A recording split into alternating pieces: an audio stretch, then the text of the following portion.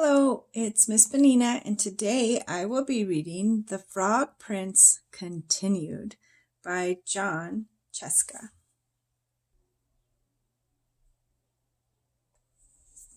The princess kissed the frog, and he turned into a prince, and they lived happily ever after. Well, let's just say they lived sorta happily for a long time. Okay, so they weren't so happy. In fact, they were miserable. Stop sticking your tongue out like that, nagged the princess. How come you never want to go down to the pond anymore? Whined the prince. The prince and the princess were so unhappy, they didn't know what to do.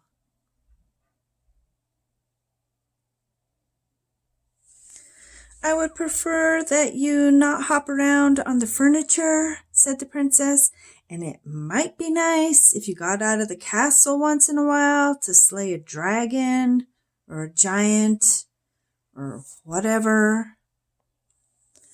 The prince didn't feel like going out and slaying anything. He just felt like running away.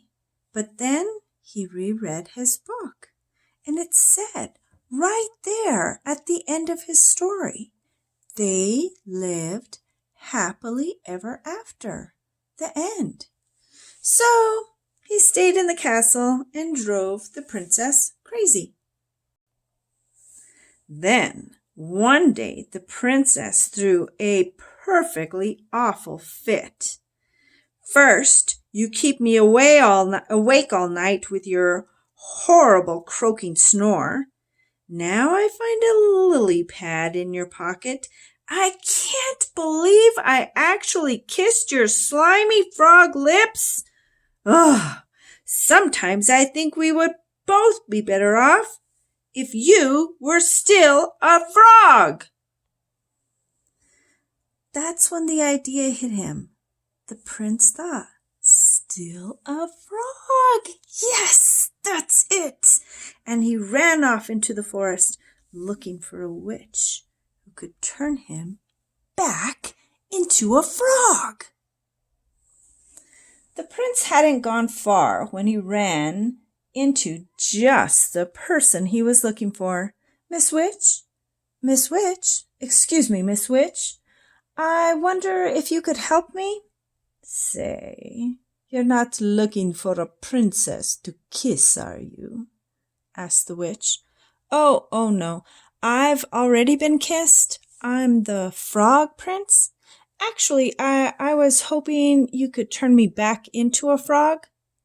Are you sure? You're not looking for a beautiful princess to kiss and wake up?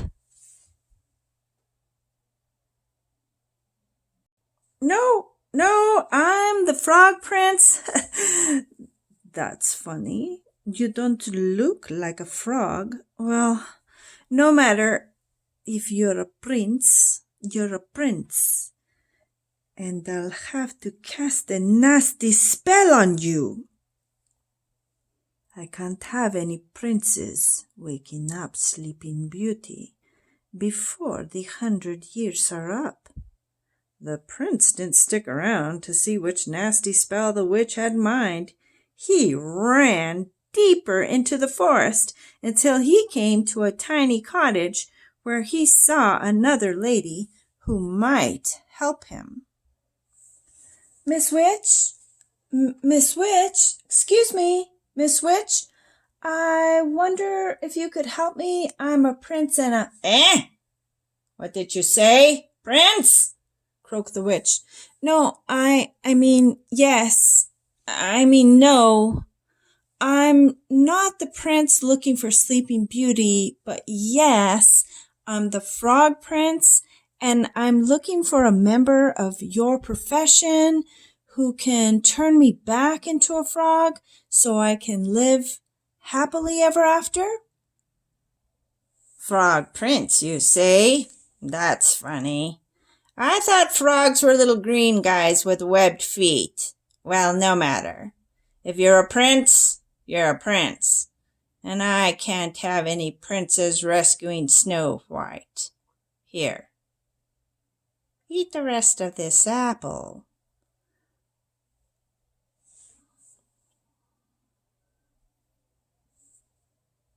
The prince, who knew his fairy tales and knew a poisoned apple when he saw one, didn't even stay to say no thank you.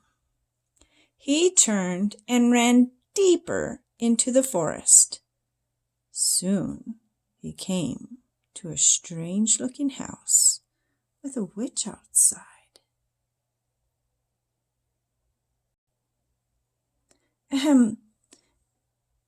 Miss Witch? Miss Witch, excuse me? Miss Witch, I wonder if you could help me. I'm the frog."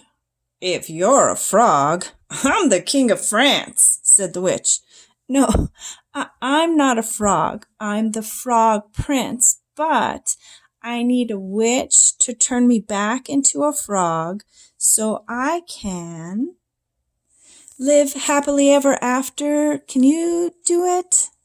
said the prince in one long breath. The witch eyed the prince and licked her rather plump lips. "Why, of course, dearie. Come in.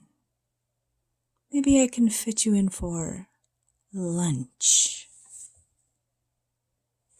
The prince stopped on the slightly gummy steps. Something about this house seemed very familiar. He broke off a corner of the windowsill and tasted it. Gingerbread. "I hope you don't mind me asking, Miss Witch, but do you happen to know any children by the name of Hansel and Gretel?" "Why, yes, Prince darling, I do. I'm expecting them for dinner." The prince, who, as we said before, knew his fairy tales, ran as fast as he could deeper into the forest. Soon he was completely lost. He saw someone standing next to a tree. The prince walked up to her, hoping she wasn't a witch, for he'd had quite his fill of witches. "Madam, I'm the Frog Prince. Could you help me?" "Gosh, do you need it?" said the fairy godmother. "You're the worst-looking frog I've ever seen." "I'm not a frog. I'm the Frog Prince," said the prince, getting a little annoyed. "And I need someone to turn me back into a frog so I can live happily ever after. Well, I'm on my way to see a girl in the village about going to a ball, but I suppose I could give it a try. I've never done frogs before, you know."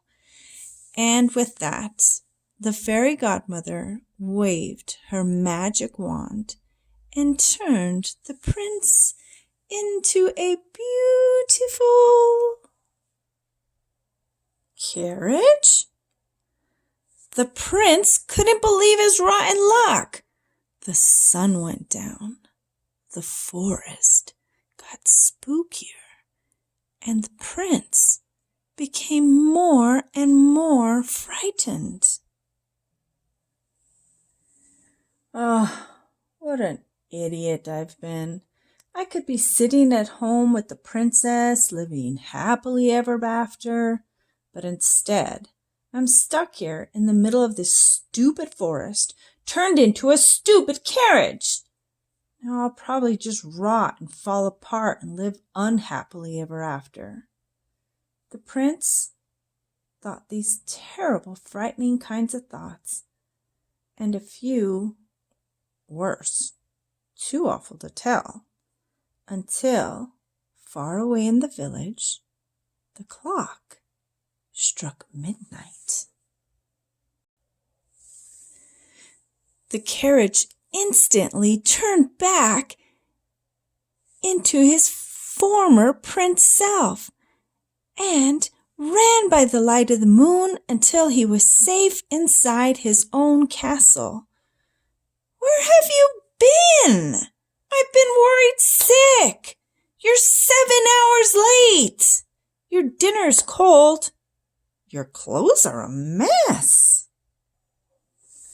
The prince looked at the princess, who had believed him when no one else in the world had. The princess who had actually kissed his slimy frog lips. The princess who loved him. The prince kissed the princess. They both turned into frogs, and they hopped off happily ever after. The end.